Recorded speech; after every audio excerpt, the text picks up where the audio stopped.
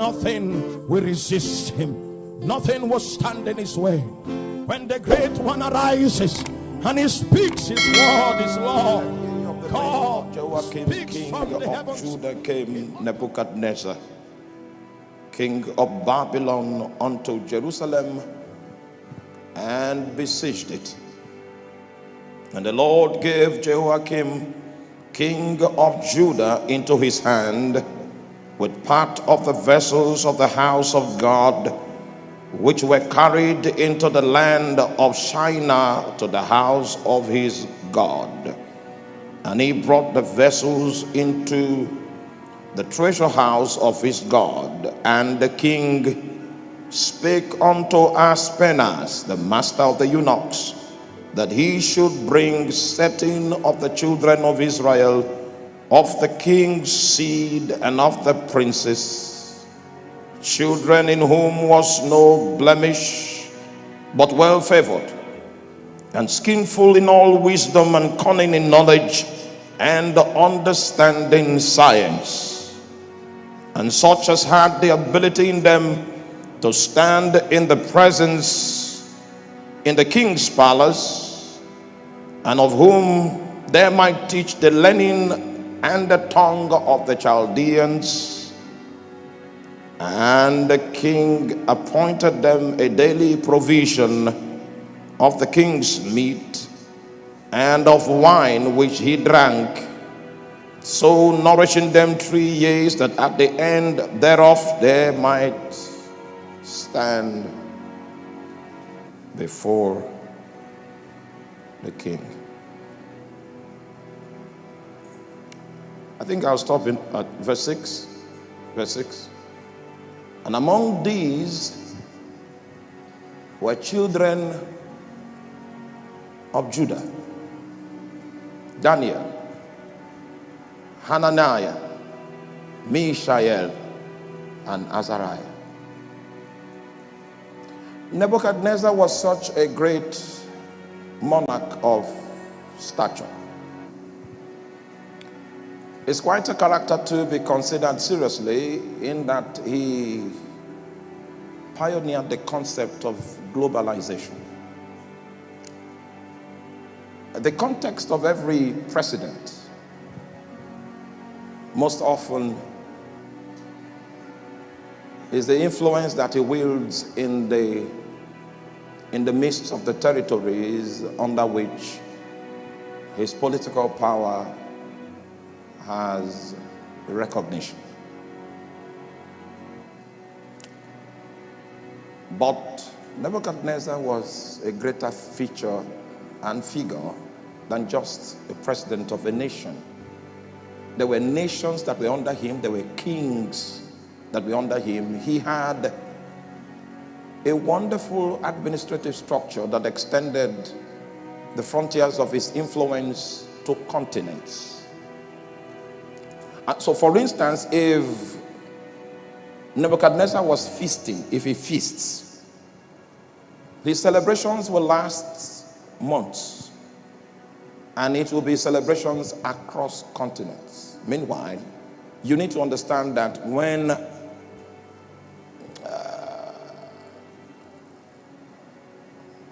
I don't know what to call them politically,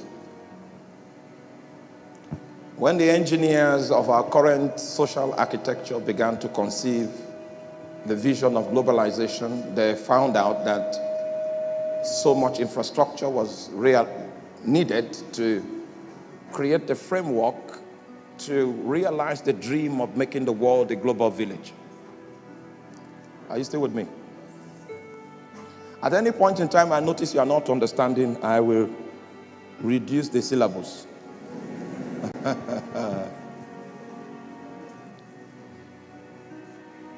So things like internet had to be discovered that could blot out the diversities of space and time and provide connectivity. Things like Facebook.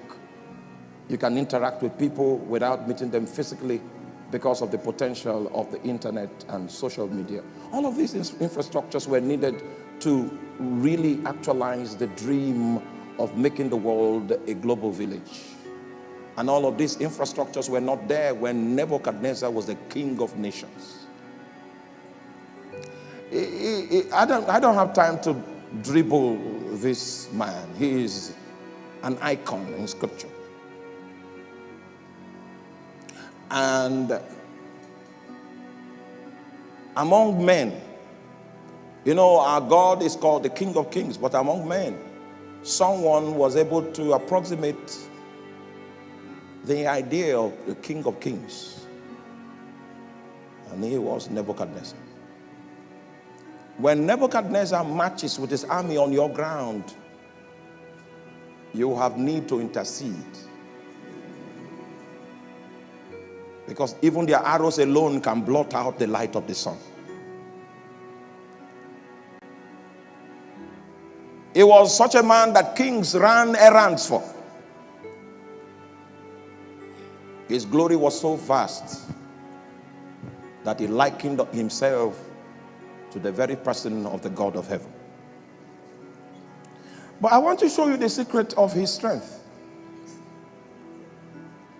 When Nebuchadnezzar's army conquers a territory, there are several kinds and several qualities of people that he brings into active public service. Not everybody comes into the service of Nebuchadnezzar. In fact, his glory was so great that in order for you as a fugitive to be prepared to stand before his presence, it will take at least 3 years.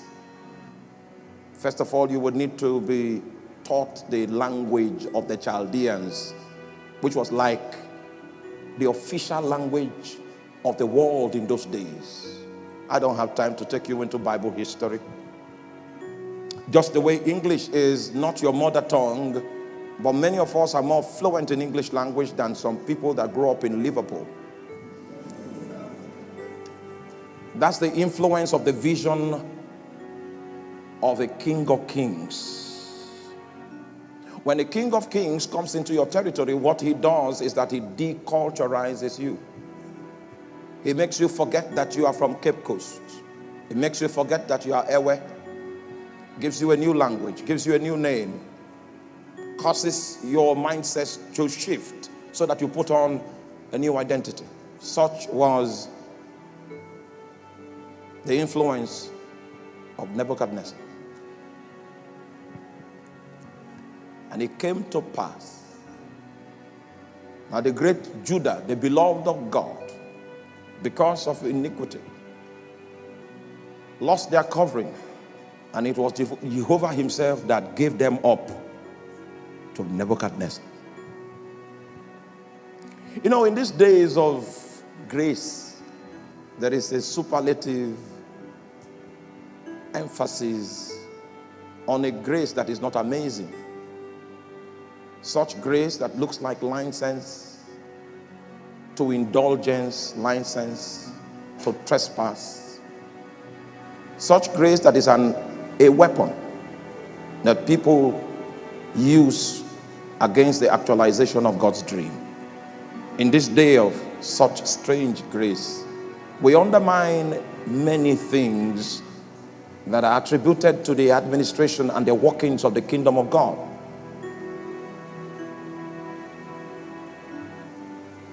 It will interest you to know that the day you gave your life to Christ, your salvation was not just an organic reality. Your salvation is also an administrative reality. Because our salvation is threefold. Our salvation is a historical reality that is rooted in the Bible. Because the Bible reveals that Jesus died according to the scriptures. That is historical. Are you there?